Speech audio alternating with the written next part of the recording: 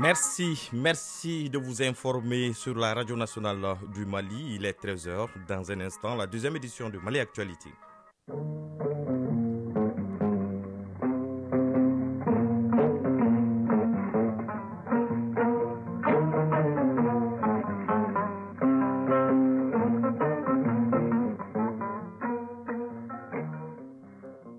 Le journal Bemba Sibi. Bonjour et bienvenue dans ce journal. Dans les grandes lignes de cette édition, deux chiffres à retenir, 500 millions et 13 et 1300. 1300, c'est le nombre d'emplois qui sera créé avec l'installation de l'usine d'assemblage d'ordinateurs, de tablettes et d'Android de la société Danoutala Électronique.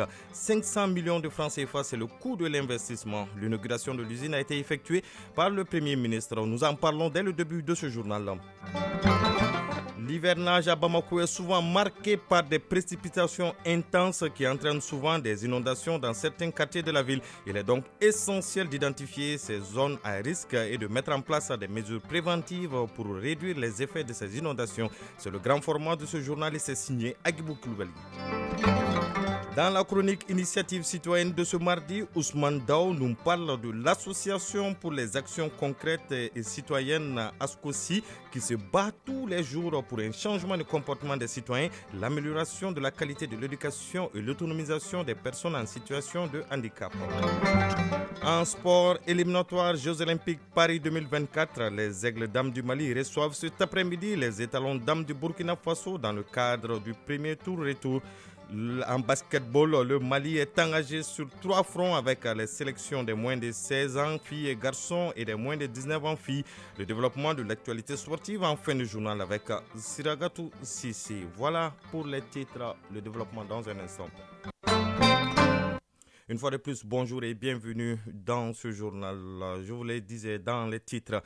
Inauguration hier à Niarela, en commune 2 du district, d'une usine d'assemblage d'ordinateurs, de tablettes et d'Android.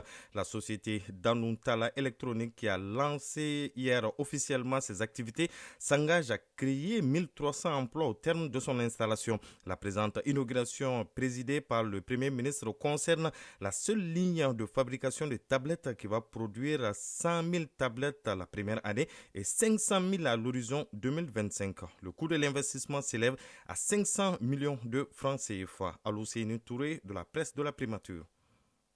Située dans le quartier Niarela, en commune 2 du district de Bamako, l'usine d'assemblage d'Aneutala Electronics est une initiative conjointe d'un jeune opérateur économique malien, Modibo Tala, et son associé français Renaud Amiel. La société de droit malien s'est engagée auprès du Premier ministre à installer une ligne d'assemblage d'ordinateurs portables, de tablettes et de smartphones à Bamako. De créer un réseau national de 1000 réparateurs d'appareils électroniques, de former d'autres jeunes dans les domaines de l'électronique afin de résorber une grande partie du lot de chômeurs. Renaud Amiel, co-directeur de Danoutala Electronics.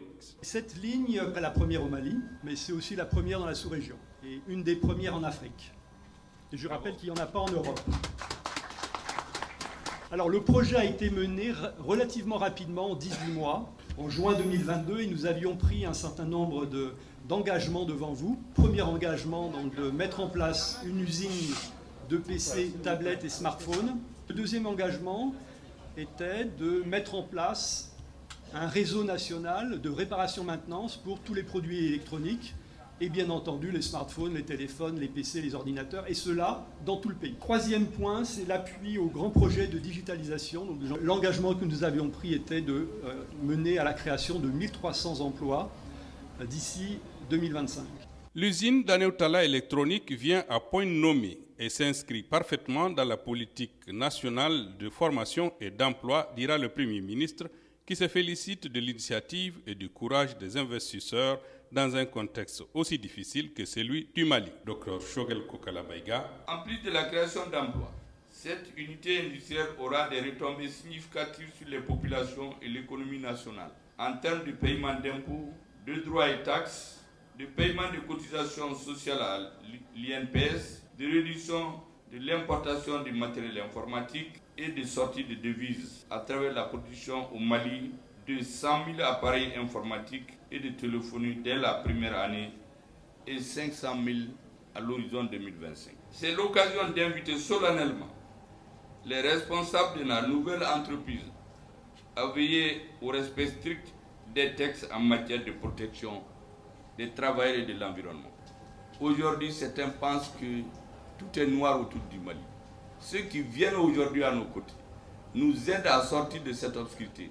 Ce sont nos amis et nous avons l'obligation de les aider et de les appuyer. Le chef du gouvernement a instruit aux ministres concernés par le projet d'assister les responsables du projet dans leurs différentes démarches. Renforcer les connaissances des membres des associations musulmanes de Ségou sur les règles de la cohabitation intra-religieuse. C'est à cet exercice que se prêtent les responsables du projet Jissira Report et les religieux de la 4e région. La rencontre organisée par le projet Jissira en partenariat avec le réseau Islam, Population et Développement regroupe différents intervenants dans le domaine de la cohabitation et de la réconciliation de la région de Ségou. On fait le point avec Fousséni Samaki. Il s'agit au cours de cette rencontre de doter les leaders musulmans de connaissances nécessaires à l'identification des causes, les manifestations, la prévention et la recherche des solutions à l'extrémisme intra-religieux. Cette stratégie passe par la participation inclusive des musulmans. Khalidou Sissé, représentant du projet Jissra. Faciliter la cohabitation pacifique entre les musulmans et entre les musulmans et les autres confessions religieuses pour que on puisse même pratiquer notre religion de façon, n'est-ce pas, harmonieuse et que l'État puisse en profiter. La prévention et la lutte contre l'extrémisme dans les communautés, les règles de la cohabitation intra-religieuse sont entre autres thèmes débattus au cours de cette journée. Maoulamine Oulale, point focal du réseau Islam, Population et Développement Report Ségou. Si les musulmans retrouvent l'unité, cela sera très avantageux pour la religion selon les prescriptions du Saint-Coran. C'est la bonne cohabitation que nous recherchons dans l'islam. Aminata Doukouré, participante. Si les musulmans viennent ici pour être renforcés en matière d'instauration de la paix et de la bonne cohabitation, cela fait un plus. Le Mali en a besoin, Ségou en a besoin.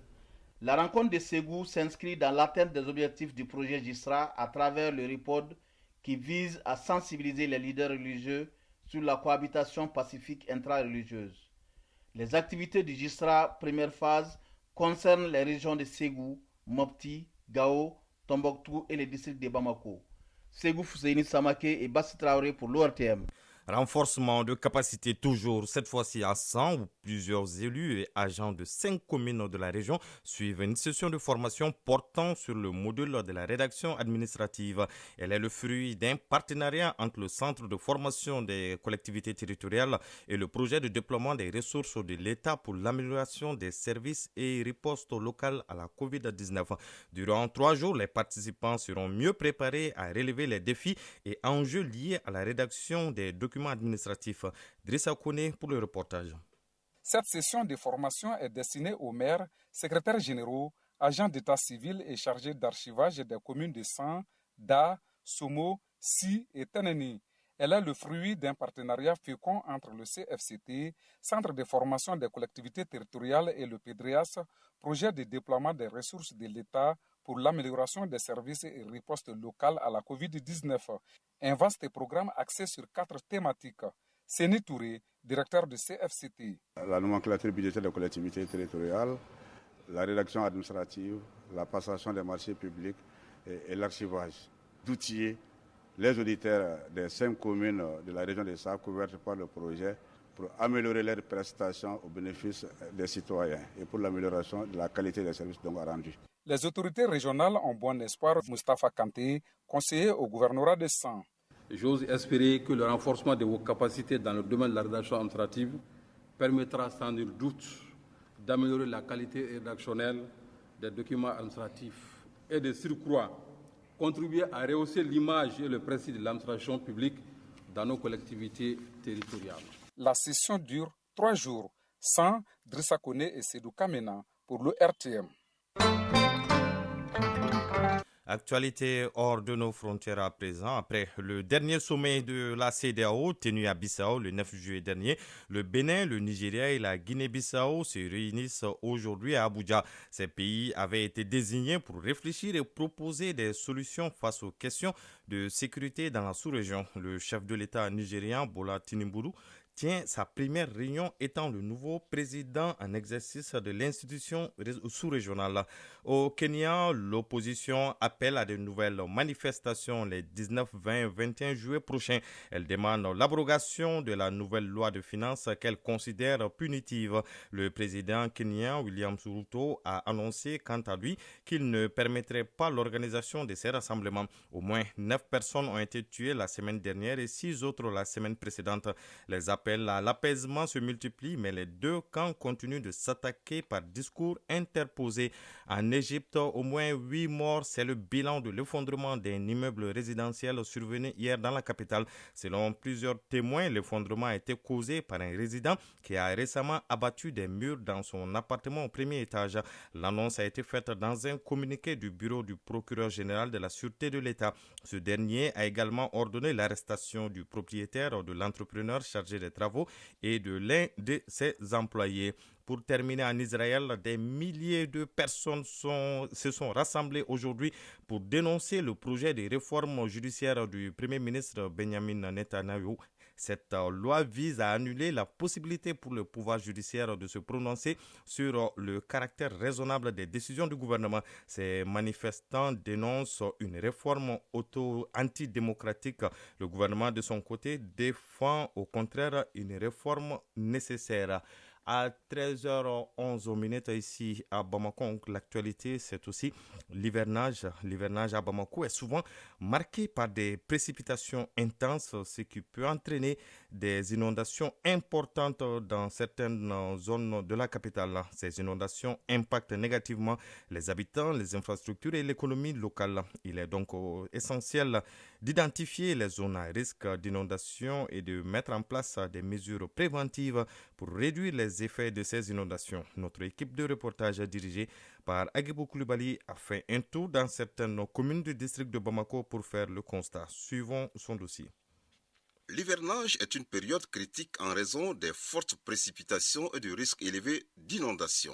À Bamako, plusieurs quartiers sont identifiés comme étant exposés au risque d'inondation. Parmi ces zones, on peut citer les quartiers de Bankoni, Djikornipara, Lafiaboukou, Nyamakoro, ainsi que certaines parties de la zone industrielle en commune 2. Pour accompagner les autorités de la transition, la Sonatam a déjà commencé le curage des grands collecteurs pour éviter l'inondation à la zone industrielle. Mamoudou Aïdara, directeur juridique et de relations institutionnelles à la Sonatam. Au début de cette saison, on a pris la décision de curer une bonne portion de ce grand collecteur pour éviter l'inondation dans cette zone quand même qui est une zone de passage de beaucoup de nos concitoyens et également ça nous évite des inondations dans nos unités industrielles. Adama Koulibaly, citoyen à la zone industrielle en commune 2. Ce caniveau a été réparé il y a un bon moment. Mais avec sa longue profondeur, les abords doivent être agrandis parce que chaque année, ces endroits s'amortissent. Ces déchets proviennent des quartiers comme Soukounikoura, Chikoroni, Hippodrome et viennent boucher ces fossés. Si le fossé est bouché, l'eau stagne au bord de la route. Donc elle n'a pas le choix, elle retourne dans la maison. Pour faire face à ces risques d'inondation, plusieurs mesures préventives doivent être mises en place. Adama Berité, maire de la commune 4. Avec la conduite aussi de ces ordures-là, vous voyez, on a obstrué tous les cours d'eau avec des ordures, des caniveaux, parce que plus précisément en commune 4 avec le tas d'ordures qui est à Lafiabou, où il y avait eu une personne de bonne volonté qui voulait enlever ces ordures et par contre avait décidé qu'on ne déverse plus le flux journalier. Les familles ont déversé des ordures dans les cours d'eau, dans les collecteurs. Une planification urbaine adéquate est essentielle pour réduire les risques d'inondation. Nyarga Oulé Dambélé, chef de division assainissement à la DNACPN. Bamako est une cuvette, c'est-à-dire qu'une dépression de terrain sans écoulement vers l'extérieur, entourée par des collines et traversée par le fleuve Niger. Donc du coup, on est entre les deux extrémités, les côtes les plus hautes et les côtes les plus basses, donc qui sont le fleuve Niger qui constitue l'exutoire. Donc du coup, la pente est extrêmement forte. Ça, c'est un facteur de risque d'inondation. En plus de cela, il y a le non-respect des dispositions prises par l'État en matière d'outils de planification spatiale. Et parmi les outils de planification spatiale, nous avons le schéma directeur d'urbanisme, d'ailleurs qui détermine la vocation première des terres. Et si ce schéma n'est pas respecté, du coup, c'est bonjour aux inondations. Déjà, des campagnes d'information doivent être menées pour sensibiliser les habitants sur le comportement à adopter pendant la saison des pluies, telles que l'évacuation des zones à risque et la prudence lors des déplacements. Les populations doivent cesser de jeter les ordures dans les caniveaux quand il pleut. Il est aussi capital que les autorités communales, l'État et la population travaillent ensemble pour prévenir les pluies diluviennes afin de protéger la population.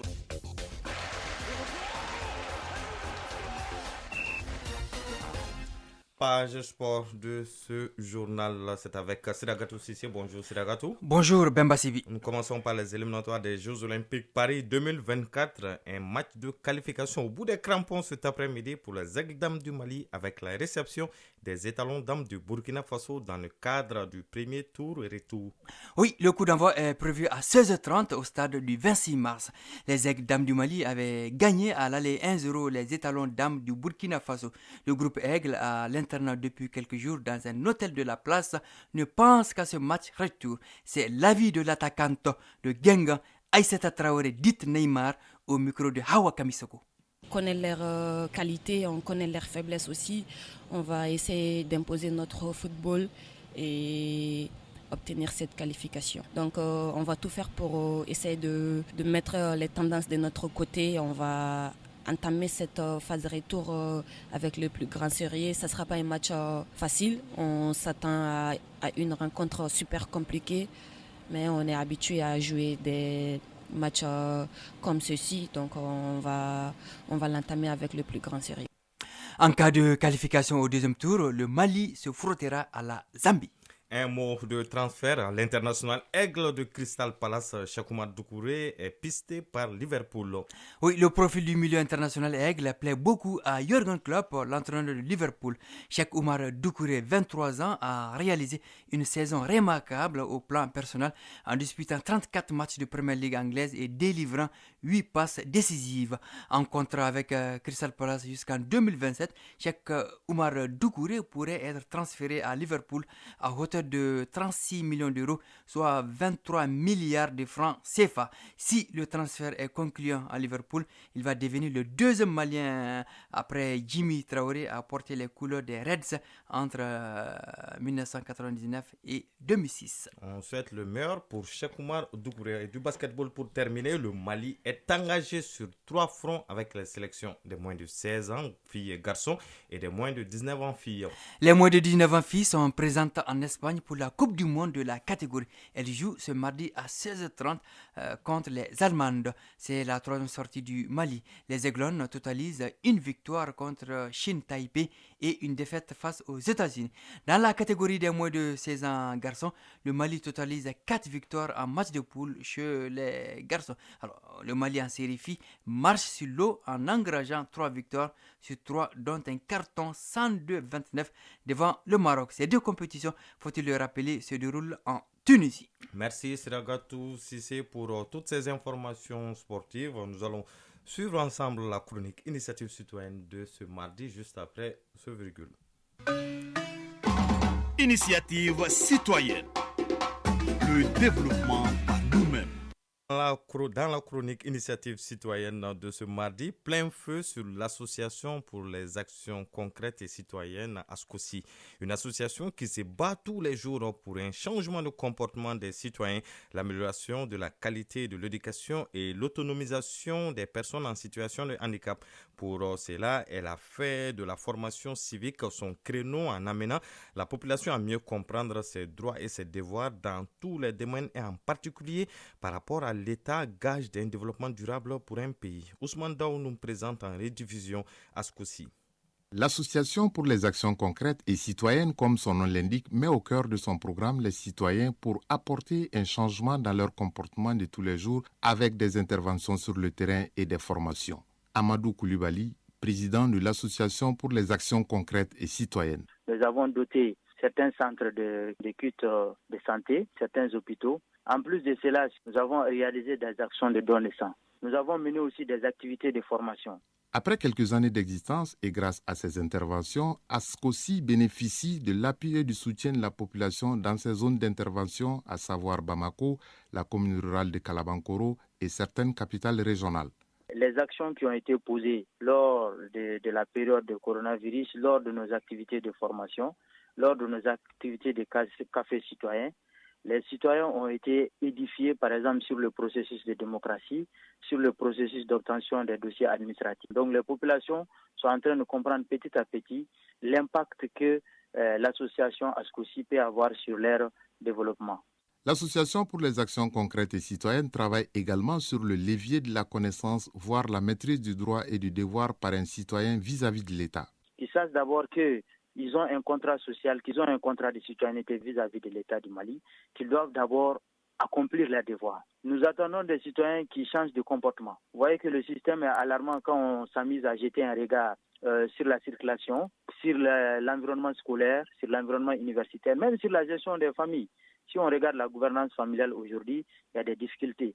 Donc les citoyens doivent comprendre que tout projet de développement, ils doivent être au cœur. Et c'est pour eux. Chacun doit d'abord faire son devoir avant de réclamer son droit. Outre la formation du citoyen, elle a élargi son intervention dans le milieu scolaire avec un nouveau projet. Amadou Koulibaly, président de l'Association pour les actions concrètes et citoyennes. C'est un projet qui vise les écoles publiques. C'est des cours d'accompagnement que nous allons faire uniquement pour les élèves de la 9e année.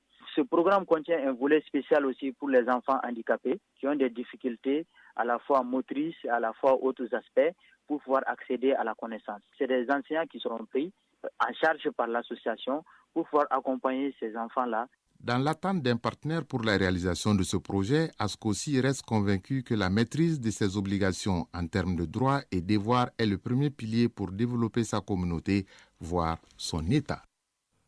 À 13h passées de 22 minutes, prend fin ce journal qui vous a été présenté par Bemba Sibi, une réalisation de Soumaou Aïdara, mise en onde Alima Ouattara. La mise en ligne a été assurée par Sekou Traoré, coordination éditoriale Ousmane Daou. Ne bougez surtout pas tout de suite. Kani Keita sera là pour les avis communiqués en français et en bambara. Prochain rendez-vous avec l'information, c'est à 19h30. En attendant, bonne écoute radiophonique sur les zones de la Radio nationale du Mali.